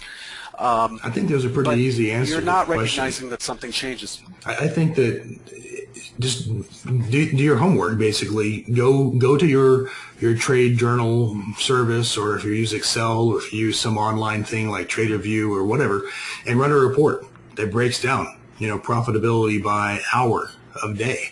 And it should be pretty clear. I mean, if you're making a bunch of money in the afternoon, then you probably should keep doing that. But if you're losing it, that's then exactly right. That's what I was driving to. Some of our traders ask me that. They're like, God, it's so frustrating. I end up giving my money back at the end of the day, and I kept chasing. So what I do is I download their fills, and I separate the fills, filter out the fills for a certain time of day. And my recommendation is, given the current market conditions, you have to frame it. Yeah. Given the current market conditions, given the way you trade, you really have no business trading after 10:30. Hey, bozo, wake up. Yeah. Now, here's the thing. I think that there's this mentality that people, they're trading with house money. And I think that's just a huge mistake, because they're up in the morning, and now all of a sudden it's house money, which I don't believe in at all. And now they're much looser with their rules, because, again, they're playing with house money. And then, of course, before you know it, they gave it all back, or worse, they went negative. I think that... Yeah, I don't know what house money is, because... You know what? If you're able to put money up in the first place, you're ahead of a large number of people that is struggling to do that. It is never house money. You've earned it. You've actually taken. You're still paying a debit probably from all the losses you took to get to the point where you can put up money. It's never house money. Again, the theme you should have heard throughout this thing is, I try to secure my risk. I'm looking for that first scale out that reduces my risk to the point that I can just sit in this trade and let it play my plan out. I'm not going to fidget with it. So if you're trading in a method that does that, then your chances, I think, are much more increased no matter what the market turns into. If you're able to take a trade in areas where you feel like, yes, I can get a 6-tick scale out or something like that, or an 8-tick scale or a 4, or whatever it is, and that secures my risk, then the market goes your way, comes back, takes your stop. What have you lost? Fees, commissions? It's not a big deal. You took a chance, you lost some commissions, no big deal. But if you're someone who's just feeling like, I have to make money today, that's the danger. It's like drunk driving. You know you're doing it, but you don't know how screwed up your mind is, and you think you can do it, but it doesn't work out in the end, more often than not. I think that's it's much worse than having a daily goal where you stop, is having some type of a daily requirement where you feel like you're forced to earn a certain number of dollars, and then that just doesn't work. Okay, so Paul has a question, and we're coming close to the end of the webinar. I'm sure that your time is valuable, as is mine, and my voice is almost gone. But Paul has a question. He says that Peter Stadelmeyer has recently kind of distanced himself away from market profile, and I've seen his CME talks and stuff, and he's working on this new thing called volume strips. And I've watched that webinar, and man, Pete is he's a difficult guy to follow. Have you had a chance to look at that, and do you have any thoughts on this new thing? Yeah, I have. He did a webinar that I listened to, and I really welcome that, because it's something that I felt very strongly about way back. It just made no sense to me to do these half-hour profiles. It just didn't make any sense. Most people argued, who held on to the traditional market profile method, they would argue that they're one and the same, and I can tell you from my experience and through this market profile chart that actually more often than not, the POC for the traditional market profiles here, but the POC for volumes way up here or down here. They don't align except on balanced days, and even then it's a crapshoot. So I'm glad that he's making that transition. It seems like it took a while. I know that Dalton's talking about volume profiling as well now. I've looked at the volume strips. They're basically the same idea, but he's doing his cap flow software where it's more of a dynamic profile. It's separating this profile into balanced and imbalanced areas and charting it accordingly and trading it accordingly, which is very advanced. Other than that, I haven't dug in much deeper. I just feel good that he's moved to it. Sure. All right, Bruce has a question. Hey, can you clarify if older VPOCs should be support or resistance once tested? I don't know if I understand, but that's the question. Again, context is missing here, because the VPOC is the most accepted price of that particular day. So the expectation is, depending on where we are, and unfortunately I don't have a direct example right now, if we break through a low volume node up above, for example, we're falling, the market's selling off. If it gets to a low volume node and then fights with it a little bit and then ends up breaking through lower, then the VPOC becomes an area that is a target. Why? Because it was accepted before. You know, in the analogy of a peanut butter jar, if it's normally $2 and it goes to $5, and the market starts falling from 5 to 450 to 4, chances are you'll get a lot more people saying, I still won't eat peanut butter. I'll wait for it to go back to $2. That's when I'll become active and start including it in my diet going forward. And that's right. What a VPOC is. It's showing you where prior prices were accepted. So whether or not it's support or resistance, you can't look at it as a line on a chart. It has a bigger meaning, and that's really the theme here. Stop simplifying things to the point where you're just looking for a line or a dot or a crossover. Think about what is it trying to do, because the chart that you're looking at here is representing sentiment. It's representing people, and people cannot be condensed into a, you know, two categories: Republican, Democrat, racist, and blah blah blah. It's you can't categorize it that way. You got to look at the bigger picture. All right, let's do one final question and then we'll call it a day. Let's just have a little fun. Talk to me about big picture. Talk to me about what happens if Obama is reelected, or if Romney is elected. What happens to the S&P next year? What happens because of QE3, QE4, QE infinity? You know, let's just talk big picture. What are you thinking out there? So this is the point where I start to piss people off because of my views on politics or whatever. Well, I mean, really, there are just certain facts, right? There are just facts that say, yeah. But you know what? They're all the same. They're all the same. Politicians are all the same, mostly. I think that is Mitt Romney going to come in and all of a sudden, you know, we're all rich and we have a bubble in this and that market? I don't think so. I think in the end they're constrained by the same things, and that is the deficit, our ability to sell our money to foreign entities and to retirement plans and pensions and so forth, macro forces overseas, gold inventories and how gold is moving around the world, and what other tangible assets can be exchanged for currency, because that's what's real. You know, do I buy into the idea that Romney, because he ran Bain Capital, except when it didn't do good things, then he wasn't running it? Do I buy into the idea that just because he did that, he's going to be better for business, better for the markets, better for the economy? Not for a second. Do I buy the idea that if Obama has a better budget plan, that Obama is going to do a better job of controlling the deficit, and that the deficit that we have now, 16 trillion, was the result of, you know, the bad things that Bush did, or whatever your belief system is? I don't buy all that. The fact is, the details are not being discussed because they are above and beyond what politicians believe us Americans to be capable of understanding.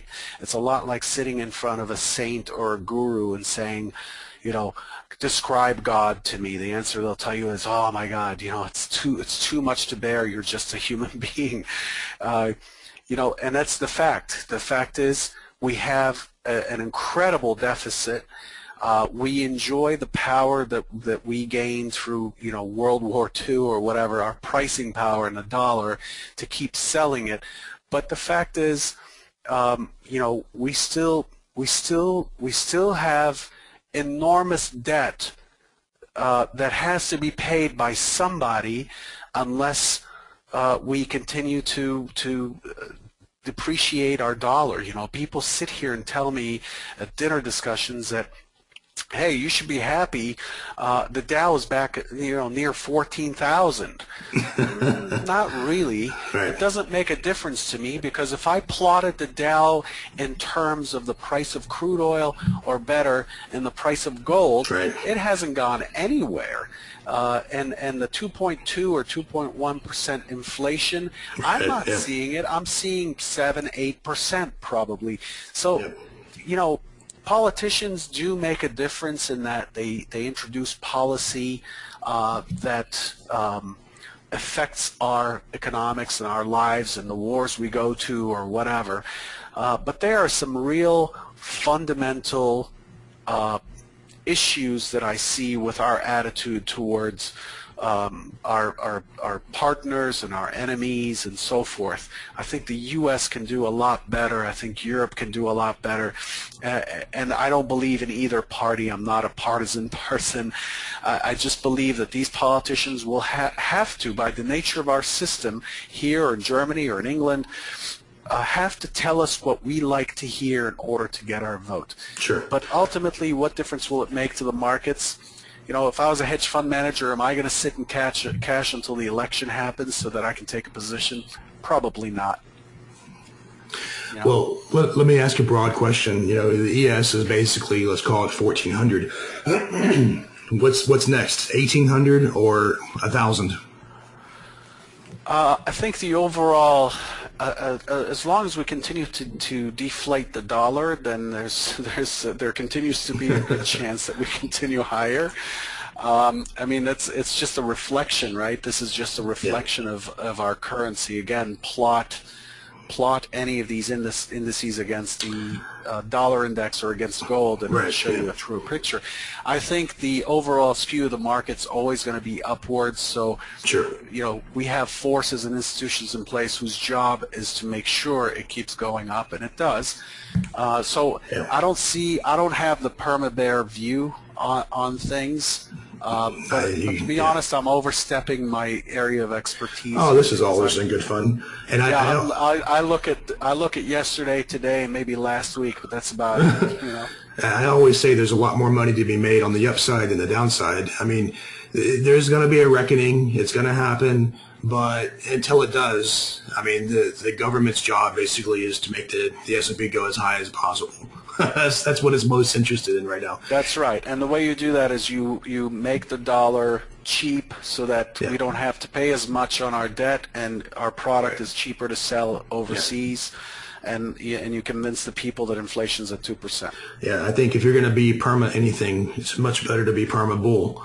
Perma long, and just prepare yourself. Diversify as much as you can, just in case that you're, that day of reckoning comes. Now, let me ask you about QE stuff real quick, and then we're going to go. Bernanke, is he staying? Is he going? And if he does go, would you think we're going to see a dramatic shift in QE policy? I believe he stays. Who's going to replace him? I mean, that's a position that has just incredible amount of pressure. Not a huge fan of Bernanke, but then I don't think I'd be a fan of anybody in that position. After all, the Fed is a private bank, and it answers to other banks, and so to me, it's a more of a Ron Paul kind of perspective on that. I don't think he's going anywhere. I don't see anything happening there. I really don't. I mean, let's say that Romney were to get in. I think that he's on the record. Of course, it may have changed, but basically he wants to stop, all the printing of money and so forth. Let's just say no matter what the catalyst. He says that. He says he wants to. But there's a difference. Let's say that no matter what the catalyst, if it were to become policy to stop QE, what do you do you think that there's going to just be, we just won't call it QE anymore, we'll call it something else, but it's the same thing? It'll be Operation Shout, because we already have Operation Twist. Yeah. It'll be twist and shout. Yeah. And then what they'll do is they'll fidget with the front end of the curve or the middle part of the curve or some such junk. They'll do some mathematics on their balance sheet. You can't stop. You just basically you just can't stop it at this point. The market's no longer reacting to earnings like it used to when I was trading, when I first started trading. I mean, earnings week was huge. Now what's huge is FOMC and any news that has to do with QE. To me, the market is addicted, just like a person is addicted to heroin. They're addicted to central banks, and it's not going to go away. It's a tremendous amount of power handed over to these central banks. And look at what's happening in Europe. You know, markets shoot up or down because Draghi says something, Merkel says something, but it doesn't really go anywhere because some major company, you know, announced blowout earnings. It just shoots up and comes right back. That's not what we're interested in right now.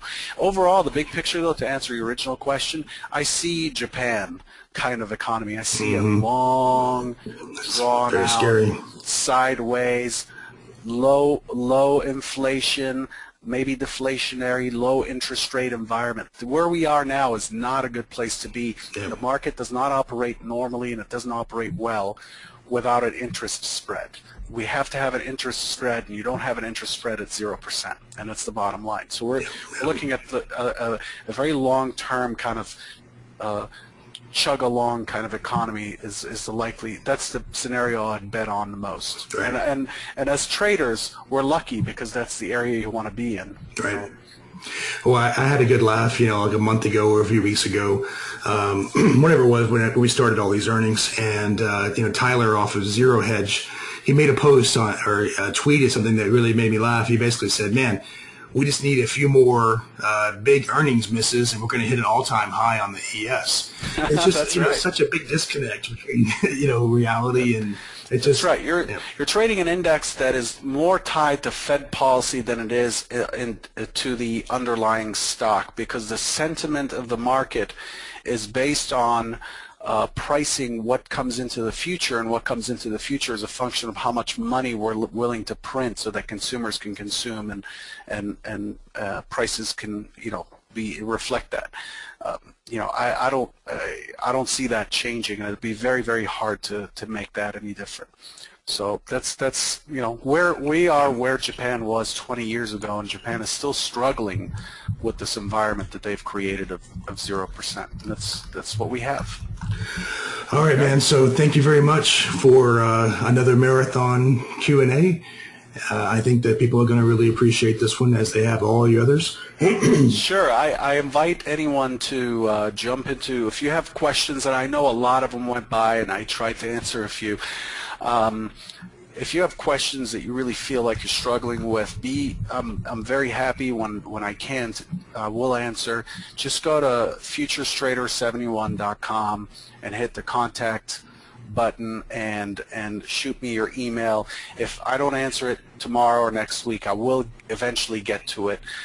So if there's something that you're struggling with or want to know and I haven't answered, just shoot me an email. It doesn't create a contract between us. You don't have to do anything for me, and I don't have to do anything for you, but I am going to try to help you. Right. All right, man.